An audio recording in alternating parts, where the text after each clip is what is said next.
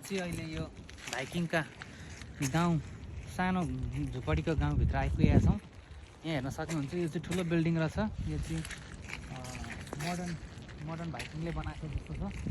यहाँ चाहिँ अब हेर्न सक्नुहुन्छ यहाँ चाहिँ यो चाहिँ पुरानै भाइकिङले बनाए जस्तो छन्, किनभने यिनीहरूको छानोमा पनि यो झार रोपेका छन्। छानोमा पनि माटो र झार रोप्दाखेरि यो छानो कहिले पनि नचुइन सक्छ। सबै यो काठले बनाएका छन्, ठुल्ठुला काठहरू ढुङ्गाहरूले बनाएका छन्। उहाँ पर ढुङ्गाले बनाएका थिए। यिनीहरू काठ र ढुङ्गाले बनाएका यस्ता ढुङ्गा, यस्ता ठुला ढुङ्गा यहाँ हेर्न सक्नुहुन्छ कत्रो ढुङ्गा छ। यो सब यो पहाडका ढुङ्गाहरू हुन्। यी पहाडका ढुङ्गाले बनाएका घरहरू छन्। यहाँनिर ठुला घर।